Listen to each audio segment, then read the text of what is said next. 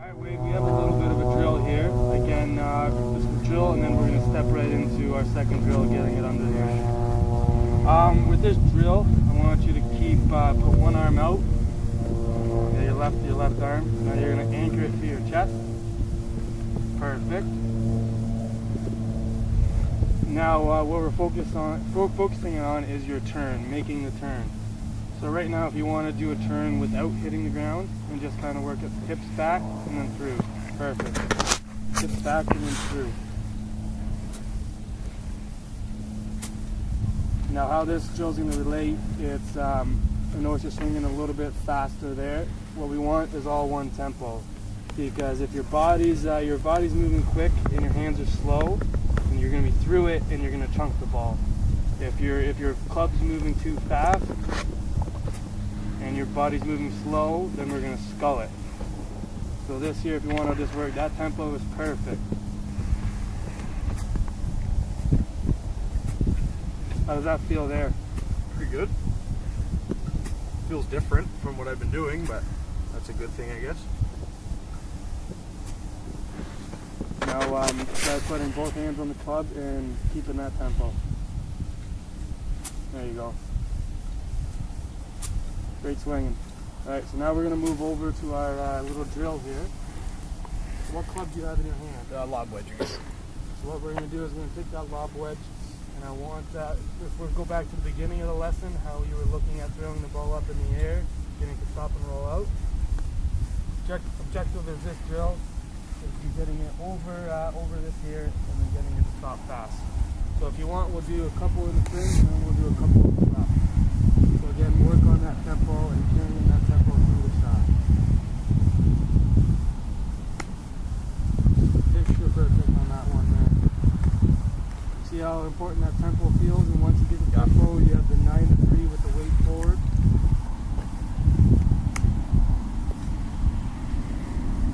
Yeah, that feels way better.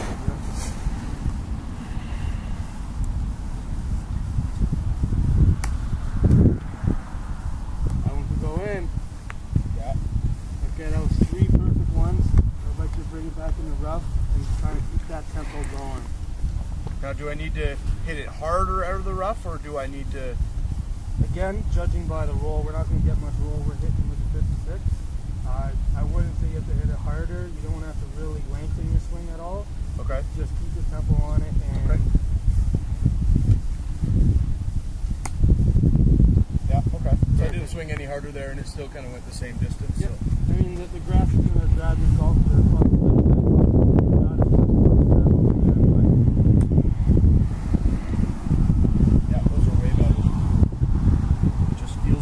I like with the weight on the left, I feel like I'm hitting down on it a little bit more.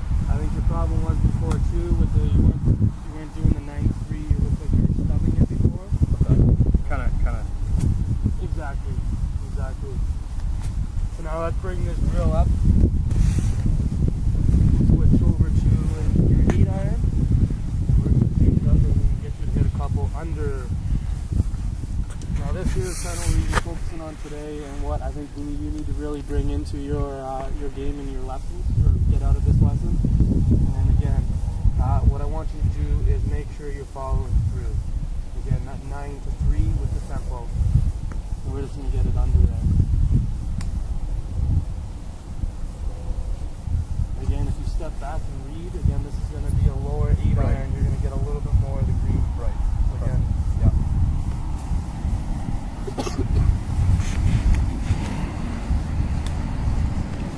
Very nice.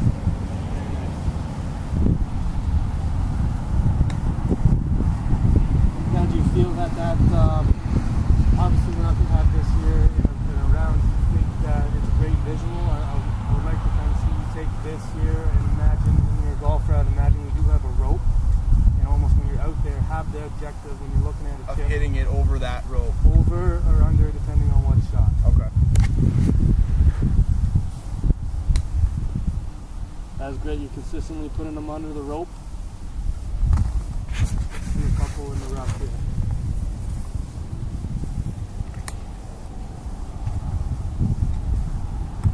So should I be keeping my hands forward, or should I let the club catch up? Definitely you want to keep your hands forward.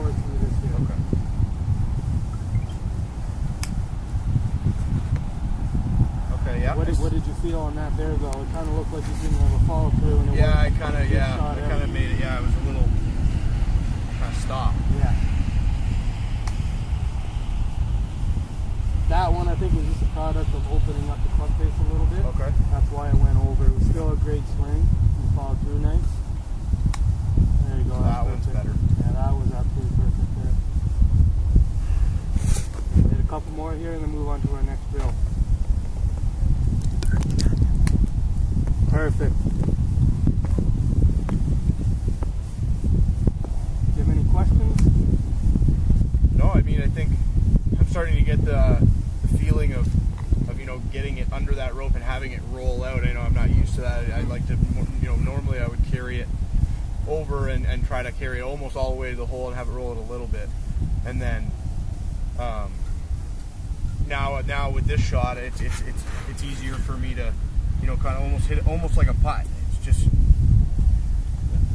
you just kind of get the weight forward.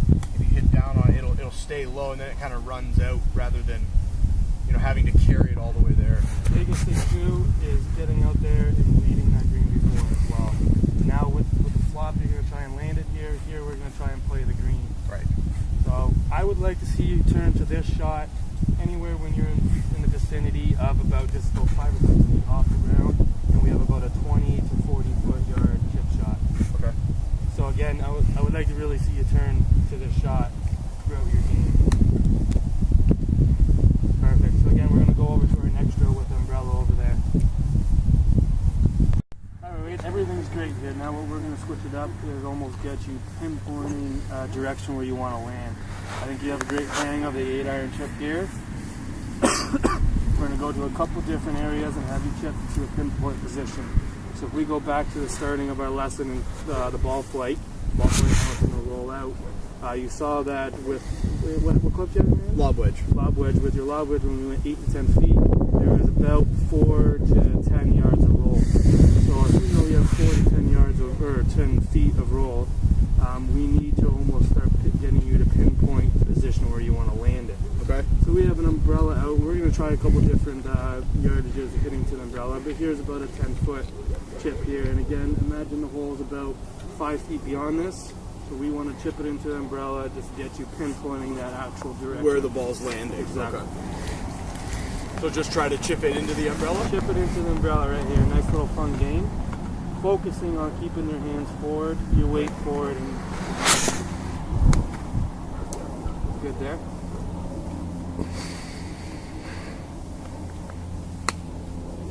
There you go. So before we started this, how many did you think you were going to get in there? What? Maybe half. What's your goal was half? Okay.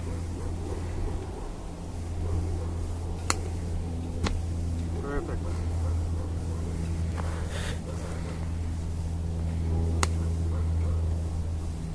Yeah, that's way more consistent with the hands forward and the weight forward.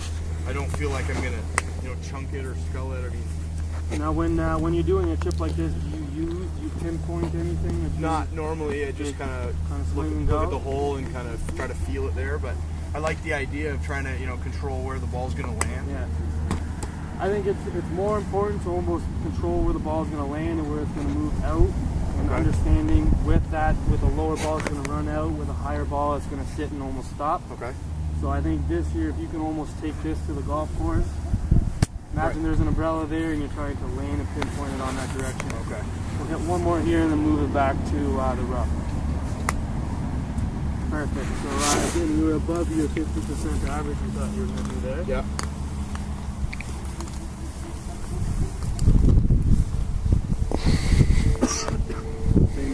Same thing.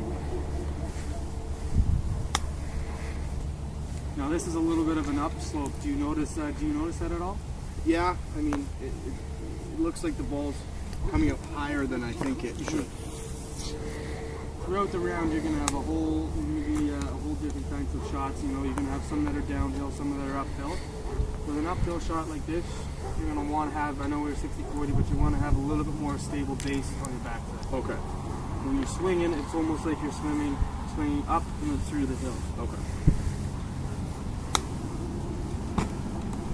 Perfect weight. Really getting the hang of this here.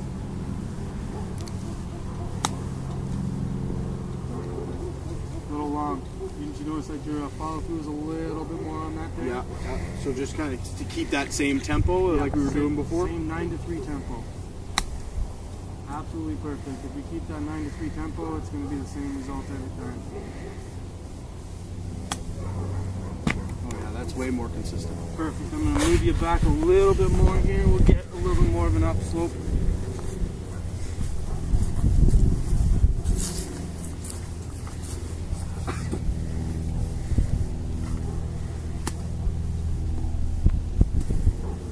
Perfect. So I would still suggest your 60 degree for this here, even though we're going to be adding a little bit of loft for it.